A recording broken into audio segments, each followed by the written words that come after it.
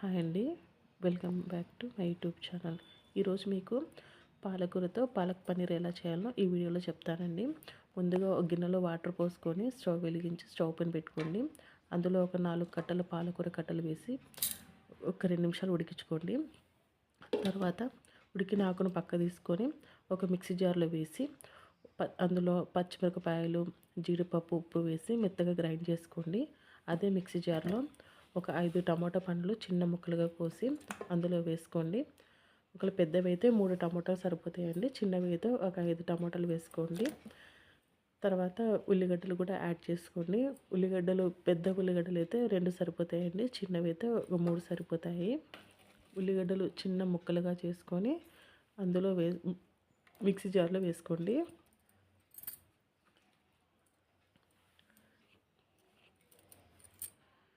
వేసుకున్న తర్వాత మిక్సీలో మెత్తగా గ్రైండ్ చేసుకోండి. దానిలో ఎటువంటి వాటర్ యాడ్ చేయొద్దండి. ఆల్రెడీ టమోటాలో ఉల్లిగడ్డలో వాటర్ ఉంటుంది కాబట్టి ఇంకా మళ్ళీ మీరేం వాటర్ ఏం కలపలేదు. తర్వాత స్టవ్ వెలిగించండి.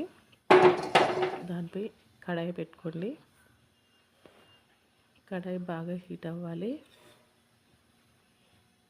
కడాయి హీట్ ఎక్కిన తర్వాత 3 టేబుల్ స్పూన్ ఆయిల్ వేసుకోండి. ఒక టీ స్పూన్ అంత నెయ్యి యాడ్ చేసుకున్న బాగుంటుందండి. నెయ్యి ఇష్టం లేని వాళ్ళు యాడ్ చేసుకోకపోయినా పర్లేదు. ఒకవేళ నెయ్యి మేము తింటాం అనుకుంటే యాడ్ చేసుకోండి. కొద్ది నూనె హీట్ ఎక్కిన తర్వాత ఉల్లిపాయ ముక్కలు వేసుకోండి. ఒక ఉల్లిపాయ అయితే సరిపోతుందండి.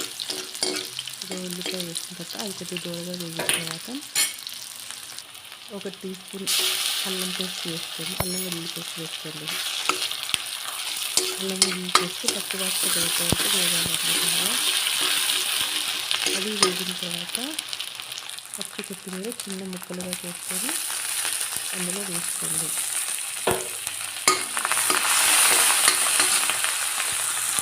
తర్వాత పచ్చి కరివేపాకు కూడా అందులో వేసుకొని బాగా కలుపుకోండి.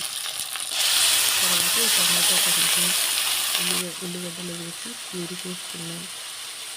గ్రైండ్ చేసుకున్న పేస్ట్ని అందులో వేసుకొని కొద్దిగా వాటర్ యాడ్ చేసుకోండి.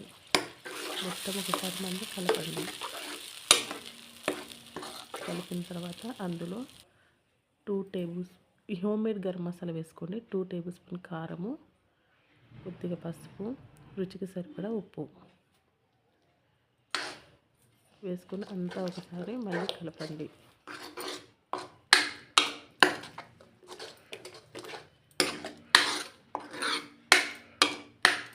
కలిపిన తర్వాత ఇప్పుడు మిక్సీలో వేసుకున్న పాలకూర పేస్ట్ ఉంది కదండి. పాలకూర, జీడిపప్పు పలుకులు, పచ్చిమిరపకాయలు, ఉప్పు వేసి గ్రైండ్ చేసుకున్న ఆ పేస్ట్ని ఇందులో వేసి బాగా కలుపుకోండి. కొద్దిగా వాటర్ కూడా యాడ్ చేసుకోండి. ఇంతా మొత్తం కలిసేలాగా బాగా కలుపుకోండి. కర్రీ ఫస్ట్లో గ్రీన్ కలర్లో ఉంటుందండి. తర్వాత బాగా ఉడికేసరికల్లా కలర్ చేంజ్ అవుతుందండి. మంట లో స్లిమ్లో పెట్టుకోండి. మంట పెద్దగా పెట్టుకుంటే కర్రీ అడుగంటుతుందండి. ఇలా కలర్ చేంజ్ అవుతుంది. బాగా ఒక 10 మినిట్స్ ఉడికించిన తర్వాత ఇలా కలర్ చేంజ్ అవుతుందండి. అందులో ఒక 150 గ్రామ్స్ పన్నీర్ ముక్కలు వేసుకొని బాగా కలుపుకోండి. తర్వాత చివరిగా కస్తూరి మేతి వేసి ఒకసారి కలుపుకోండి. ఇందులో పాల మీగడ వేస్తే కూడా మంచి టేస్ట్ వస్తుందండి. నా దగ్గర పాల మీగడ అవైలబుల్ లేదు కాబట్టి నేను వేయలేదండి. తర్వాత మూత పెట్టేసేయండి. మూత పెట్టేసి సిమ్లో ఒక 10 to 15 మినిట్స్ ఉడికించండి. ఉడికించిన తర్వాత మూత తీసి ఒకసారి చూడండి. ఆయిల్ మొత్తం పైకి వస్తుంది. ఆయిల్ వచ్చిన తర్వాత మళ్ళీ ఒకసారి మొత్తం కలపండి. కలిపిన తర్వాత ఒకసారి రుచికి తగ్గ ఉప్పు, కారాలు ఏదైనా తక్కువగా ఉంటే మరి మీరు యాడ్ చేసుకోవచ్చండి. అంతేనండి, చాలా టేస్టీగా ఉంది పన్నీర్ కర్రీ రెడీ. ఇది పరోటాతో కానీ పుల్కాతో కానీ జీరా రైస్తో కానీ చాలా బాగుంటుందండి. ఒకసారి ట్రై చేయండి. నా వీడియో నచ్చినట్లయితే సబ్స్క్రైబ్ చేసుకొని లైక్ చేయండి.